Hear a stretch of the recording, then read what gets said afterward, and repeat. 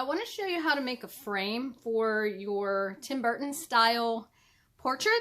So right here I have my portrait all finished, and you can see that I've added a black frame around it. So it just kind of makes it look really finished and adds a nice touch to your spooky portrait. So let me just show you how you can accomplish that. I have here a plain black paper that is the right size for the paper that we're using.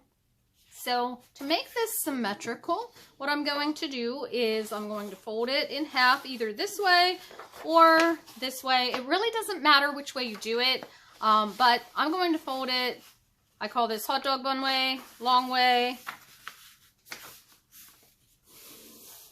All right, now it's really important that you do this on the correct side. So I'm going to turn it around, put it tall, make it like a tent. And I'm going to use white because my pencil on the black paper is not going to show up very well for this video. So I'm going to use a white, but if you're doing this in class, you're welcome to use your pencil so you can erase it if you need to.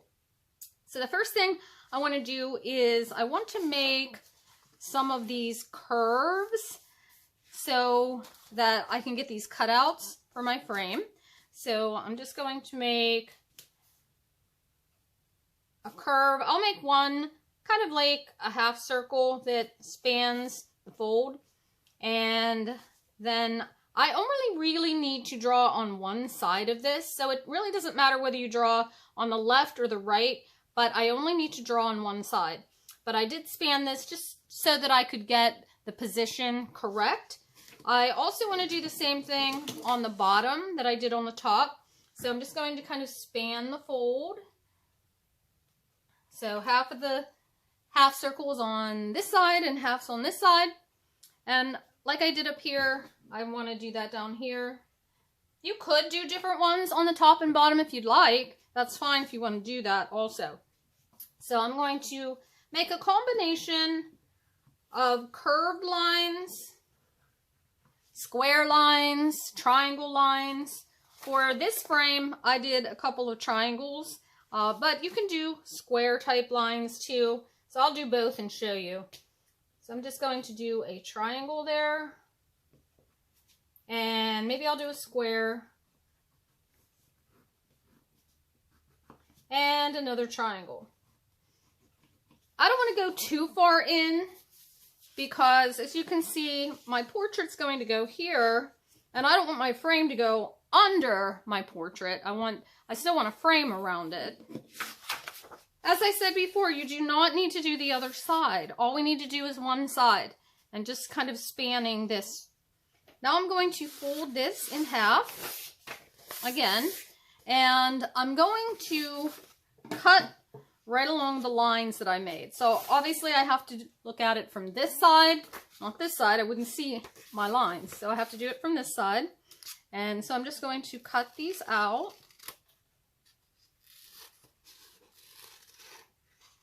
I'm cutting both papers at once, both sides. See that?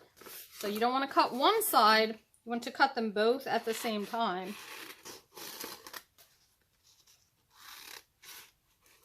I'm just cutting right on my line.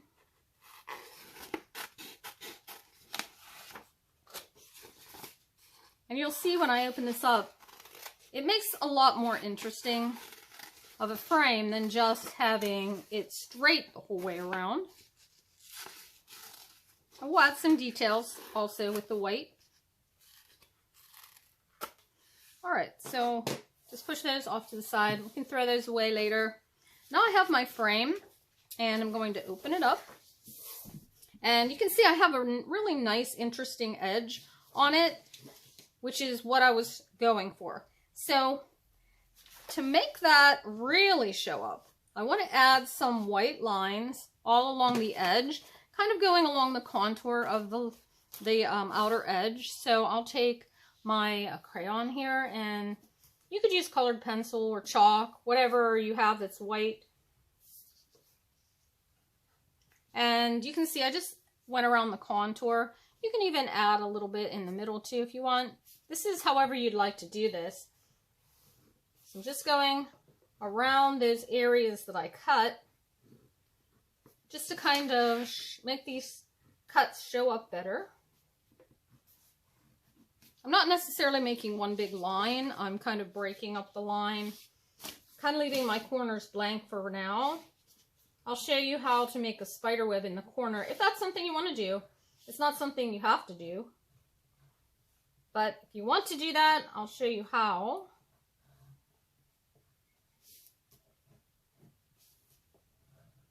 Okay, so that kind of makes a really interesting look around my frame. If you'd like to do something like doubling some of the lines, you can do that. And you don't have to put the spider webs in the corner, but if you want to, let me show you how I did that. I went from the corner in with a line. So this line goes to the corner, and this kind of fans out. So I start at the corner, and I go out this way, out this way. So I made 3 lines. Let's do that again. Go out this way, that way, 3 lines, this way.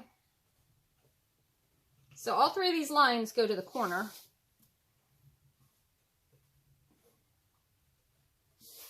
All right, and now to make my spider web, all I want to do is just make some curved lines, like upside down U's between there. And I'm just making a row of those. And then my last row, I'm going from one line to the next line, like that. I'll do it over here. You can do more than 3 rows if you want. 3 rows just work well for mine. So I'm just doing 3 rows. And you get your spider web in the corner. And I would do that same thing down here. You can flip it around like this if it's easier, or you can just leave it close to you if it's easier. I'm going to flip mine so that the camera can see it a little better. So when I flip it, these are like upside down U's. Or frowns, however you want to think of that. And the last row goes out to the end. All right, and that's all there is to making your frame. As I said, if you want to add extra little lines or any other little details to your frame, you certainly can do that. It's not something you have to do, but it is an option. And then we can glue our portrait down right in the middle there, and it'll look really great. You'll have a nice finished portrait that's all framed with your spooky frame, and it'll look wonderful. So I'm gonna let you go and you try it now.